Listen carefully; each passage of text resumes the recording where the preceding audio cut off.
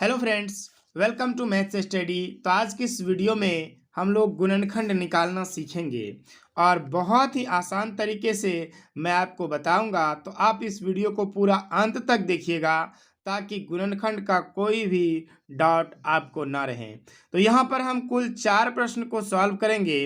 अगर आपको कोई भी डाउट है तो इन्हीं चारों प्रश्न में से डाउट हो सकता है और ये चारों प्रश्न अलग अलग टाइप के हैं। यानी कि अगर आपको परीक्षा में पूछा जाएगा तो इन्हीं चारों में से किसी एक टाइप का प्रश्न पूछा जाएगा। हो सकता है इसका अंक बदला हुआ हो, लेकिन टाइप जो होगा वह इन्हीं चारों में से कोई एक टाइप का प्रश्न होगा।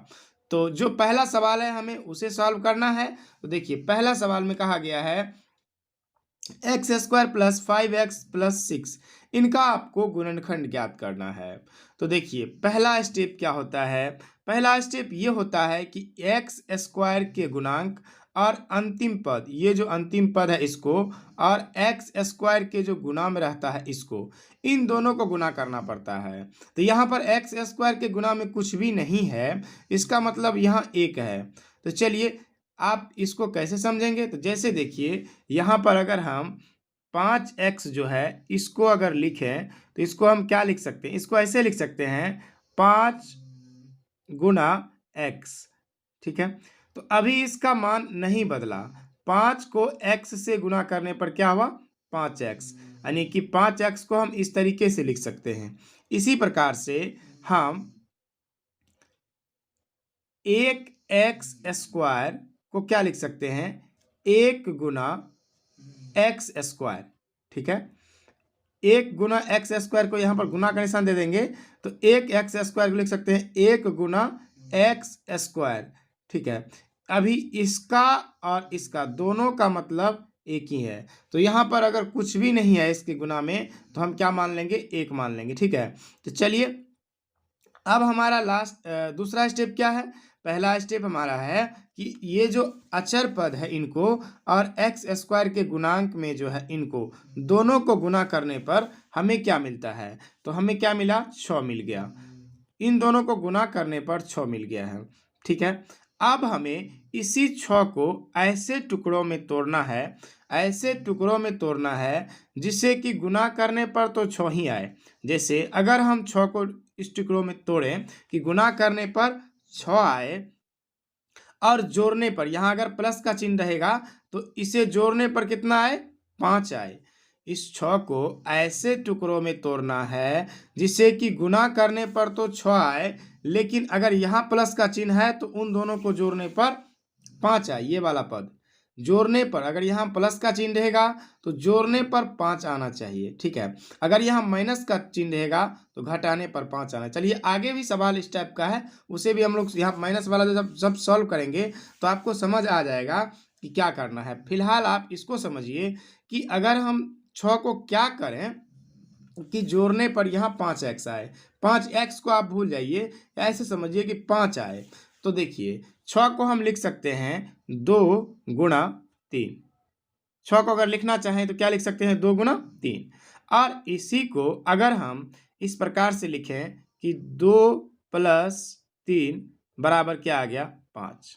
ठीक है, अगर हम 6 का गुणनखंड करें या टुकड़ों में लिखें कि 3 गुना 2 तो ये 6 होता है, और इसी को अगर जोड़ेंगे तो क्या होगा, 5 होता है। बस यही आपको समझना है। आपको सोचना पड़ेगा कि 6 को ऐसे किस टुकड़ों में करें कि जोड़ने पर तो ये बीच वाला पद मिल जाए हमें, और गुणा करने पर ये अंतिम वाला पद मिल जाए। ठीक है, ये दोनों को जो गुना करके ये आया है इसी को तो टुकड़ा किए है ना। तो अब आपको सोचना पड़ेगा कि गुना करने पर तो इतना ही आना चाहिए, लेकिन अगर जोड़े, यहाँ अगर प्लस का चिन्ह रहेगा तो जोड़ने पर ये बीच वाला जो पद है ये मिलना चाहिए, यानी कि x के गुणांक में जो है।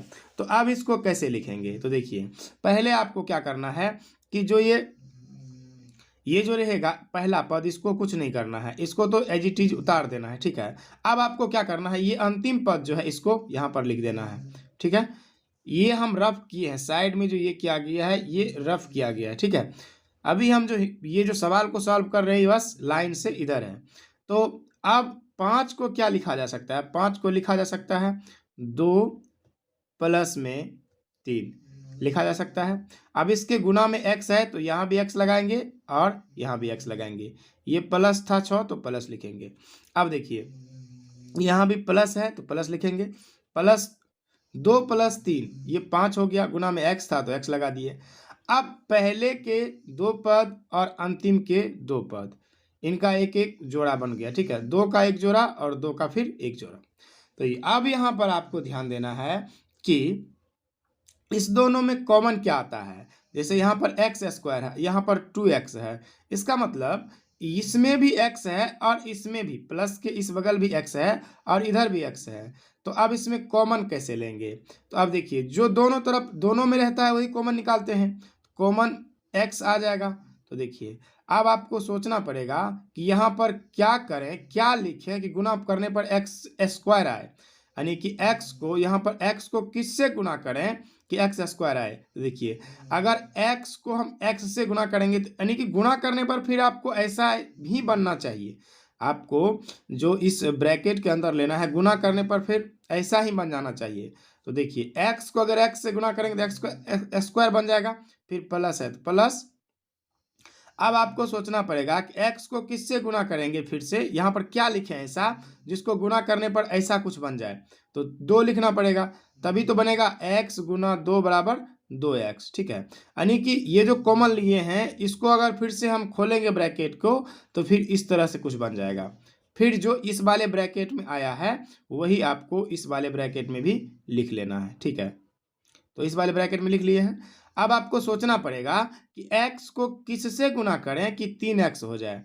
तो सिंपल सी बात है, आपको 3 से गुना करना होगा। 3 को जब x से गुना करेंगे तभी तो 3x होगा, फिर 3 को 2 से गुना करेंगे तो 6 आएगा। अब देखिए अगला स्टेप क्या होगा, जो 2 बार इस ब्रैकेट में आया है इसमें और इसमें, जो 2 बार आया है उसको एक बार इस तरह से हम लिख लेंगे। ठीक है, ये तो 2 बार आया था, इसको एक बार लिख लिए। फिर x ये जो 3 है इसको अलग में लिख लेंगे। तो ये वो हमारा क्या आया, x प्लस 2 और x प्लस 3। तो पहला क्वेश्चन हमारा इस तरह से कंप्लीट हो गया। चलिए अब हमारा नेक्स्ट क्वेश्चन जो है उसे सॉल्व करते हैं। तो नेक्स्ट क्वेश्चन क्या है, ये है 2x प्लस में 5x माइनस में 3। तो देखिए इसको सॉल्व करने के लिए भी हम सेम तरीका अपनाएंगे। अब एक्स स्क्वायर, यहाँ पर एक्स स्क्वायर होगा तो एक्स स्क्वायर के गुणांक और ये अचर पद इनको गुना करेंगे। तो इन दोनों को गुना करने पर क्या आएगा, इन दोनों को गुना करने पर हमें 6 मिलेगा। क्या मिलेगा, 6 मिलेगा। देखिए अब यहाँ पर माइनस है तो यहाँ पर हमें सोचना पड़ेगा कि 6 को किस टुकड़ों में तोड़े कि गुना करने पर तो 6 ही आए, गुना करने पर 6 आए। जैसे देखिए 6 को तो हम इस तरह से भी लिख सकते हैं, 2 गुना 3 6 आए। लेकिन अब इसको घटाने पर हमको, यहाँ पर माइनस है ना, अगर यहाँ माइनस है तो इसको घटाने पर हमें आना चाहिए 5। लेकिन अगर हम इसको 3 में से 2 को घटाएंगे तो क्या मिलेगा, 1 मिल जाएगा हमें। तो यहाँ पर इसको, ये जो गुणनखंड, ये जो हम टुकड़ा में तोड़े हैं इसको संतुष्ट नहीं कर रहा है। तो 6 को हम क्या लिख सकते हैं, 6 को ऐसे लिख सकते हैं 6 गुना में 1। तो बिल्कुल लिख सकते हैं 6 गुना 1 लिख सकते हैं 6 को। और हम इसको अगर गुना किए हैं तो 6 आया है। अब एक बार घटा के देखते हैं क्या 6 माइनस 1 बराबर आता है 5। तो बिल्कुल ये संतुष्ट कर रहा है, यानी कि अगर हम 6 को इस तरह से लिखें कि 6 गुना 1 और 6 माइनस 1, तो यहाँ पर देखिए 6 को ऐसे टुकड़ों में तोड़ा गया है जिससे कि गुना करने पर तो 6 आएगा।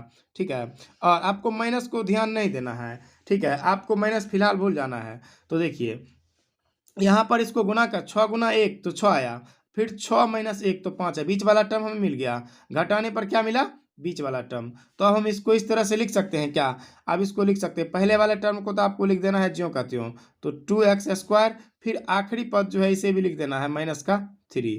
अब आपको क्या करना है, इसको 6 को कैसे लिख सकते हैं, तो 6 को ऐसे लिख सकते हैं, सॉरी 5 को, ये 5 को कैसे लिख सकते हैं, 5 को ऐसे लिख सकते हैं प्लस का 6 और माइनस का 1, क्योंकि इसको लिख सकते हैं ना हम, बात तो एक ही हुआ, 6 में से 1 घटाएंगे तो 5 ही मिलेगा ना। तो यहाँ पर x लगा देंगे और यहाँ पर भी x लगा देंगे। आई होप ये चीज़ आपको समझ में आ गया होगा। चलिए अब इसको आगे सॉल्व करते हैं। तो देखिए पहला का दो दो ये जो टर्म है दोनों लेंगे, और दूसरा का मतलब पहले वाले में पहले दो पद और आखिरी के दो पद लेना है, ठीक है।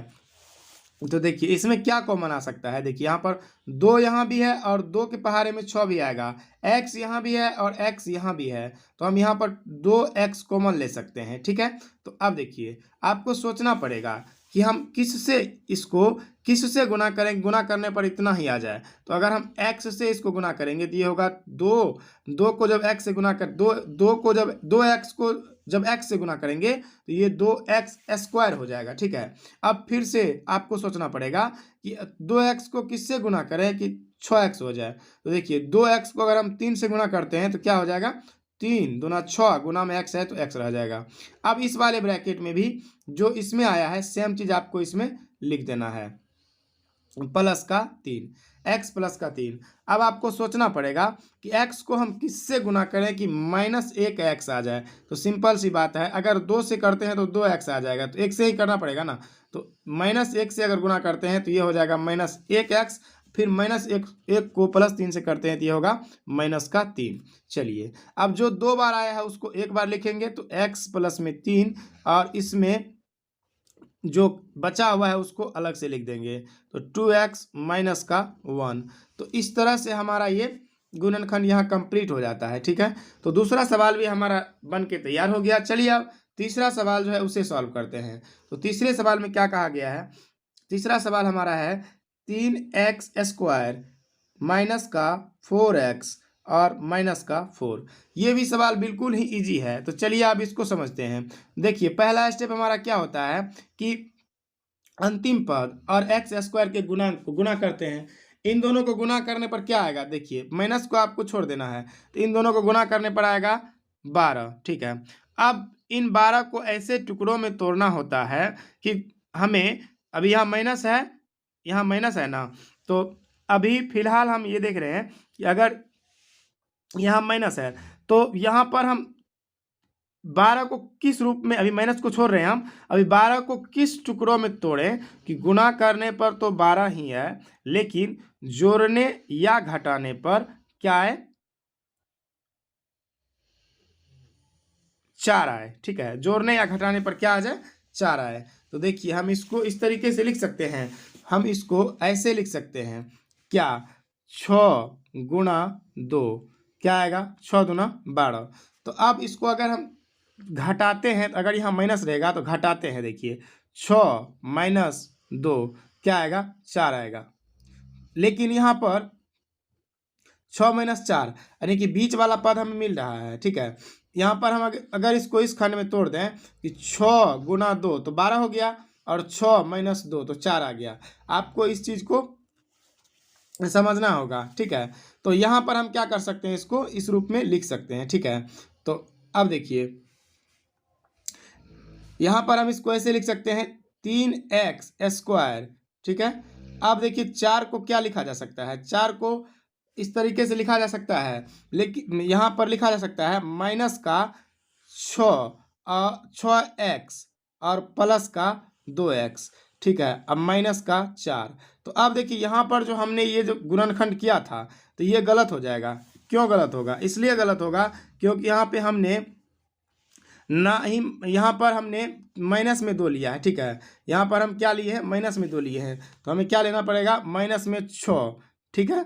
-6 और प्लस का 2, तो माइनस का 6 और प्लस का 2 करेंगे तभी क्या होगा, ठीक है, तब क्या होगा, 4 होगा, ठीक है ना। तो यहाँ पर हम इसको माइनस में लेंगे, राइट। अब देखिए इसको आगे सॉल्व करेंगे हम, तो ये हो जाएगा, दोनों में से कॉमन लेंगे, इस दोनों में से कॉमन लेंगे एक, और इस दोनों में से भी कॉमन लेंगे, तो ये क्या आ जाएगा 3x, फिर इसको किससे गुना करें, इतना आ जाएगा। तो देखिए इसको इससे गुना करेंगे, मतलब 3x को अगर x से गुना करेंगे तो x² होगा, फिर माइनस में अब 3x को किससे गुना करेंगे कि 6x होगा, ठीक है। तो ये 2 से गुना करना पड़ेगा, ठीक है, प्लस अब इस वाले ब्रैकेट में जो आया है उस सेम आएगा माइनस में। तो अब देखिए अब यहाँ पर इसको किससे गुना करना पड़ेगा, तो इसको 2 से गुना करना पड़ेगा, +2 से, राइट। अब देखिए जो 2 बार आया उसको तो एक बार लिखेंगे और जो बच गया उसको लिख देंगे। तो इस तरह से हमने 3 प्रश्न को सॉल्व कर लिया। आई होप ये तीनों प्रश्न आपको समझ में आ गया होगा। चौथे प्रश्न को आप स्वयं से सॉल्व करने का प्रयास करेंगे। अगर आपसे नहीं बनता है तो कमेंट में आप हमें बताइएगा, निश्चित रूप से मैं आपको हेल्प करूंगा। ठीक है, तो इस तरह के सवाल भी बहुत ही सिंपल होते हैं, आप इसको भी बहुत आसान तरीके से बना सकते हैं। तो आई होप ये वीडियो आपको पसंद आया होगा और इस तरह के सवाल को आप बहुत ही आसान तरीके से कर सकते हैं। ये सवाल मैं आपके लिए छोड़ रहा हूँ, तो आप इसे सॉल्व करके हमें कमेंट सेक्शन में बताइएगा कि आप इसे सॉल्व कर पाए या नहीं। तो मिलते हैं अगले वीडियो में एक नए टॉपिक के साथ, तब तक के लिए थैंक यू।